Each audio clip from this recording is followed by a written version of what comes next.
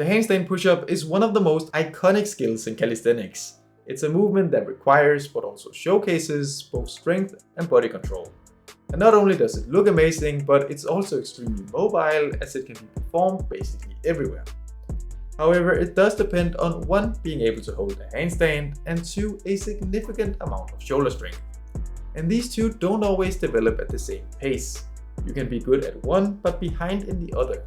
The strength part in particular can require more time and is best built through more gradual exercises first.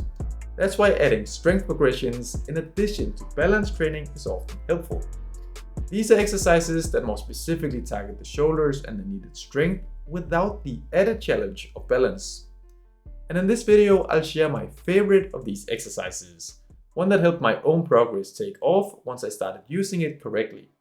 That exercise is the elevated pike push-up, and it's the most effective progression because of a few reasons. First and most importantly, it imitates the movement pattern of the arms and torso. This is relevant because other progressions use a vertical movement pattern, which doesn't have quite the same carryover.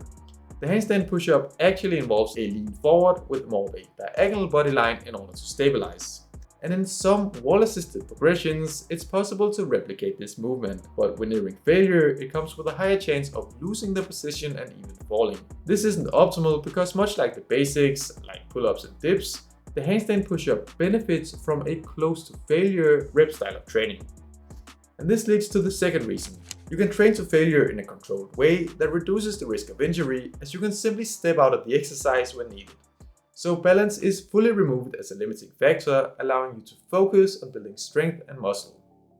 And third, you can adjust how much weight you shift forward onto the shoulders and how much you help with the feet to scale the difficulty. This can make the exercise as challenging as wall-assisted variations, but also easier depending on the weight distribution. It even allows for a gradual increase in assistance throughout your set. Of course, there are also easier progressions if you're a beginner and not quite ready for the elevation just yet.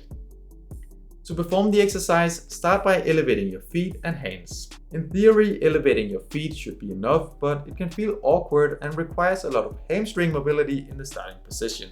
I find that adding a deficit makes for a more natural starting position, but still allows you to enter the correct movement pattern and bottom position. It feels better, more intuitive, and with a deeper stretch. And just a slight elevation is enough. Using kettlebells or parallels work well, but you can easily get creative and find other solutions, like the dumbbells and pavers used here. Place the elevation so your hips are lifted by reducing the distance between your hands and feet. Reduce this distance as much as your mobility allows and adjust the setup accordingly. Next, you want to find the same hand placement that you would in a handstand, which typically is about shoulder width apart. From this starting position, lean forward with tucked elbows and actively feel the stretch on your front delts. Also aim to engage your core and really tighten your upper body as you descend. This creates a stable base from which you can generate force. And this can be difficult to do in the beginning, but you'll learn to get more efficient as you go. As for the rep range, I would say at least 3 reps with 5 to 7 being a good sweet spot to get into volume. But doing higher reps can also be efficient. Do a few sets of these in your handstand trainings and you'll quickly feel the difference. And if you need a more structured approach, I'll be dropping a handstand push-up program very soon. Before ending the video, I'll also be quick to mention that if you're looking for some new calisthenics equipment, my sponsors at Donation have some very high quality options. You can use my code Jacob10 for 10% off. I've put the link in the description. That was it for the video. Hopefully you enjoyed it. I hope you learned something new, and I will see you in the next one.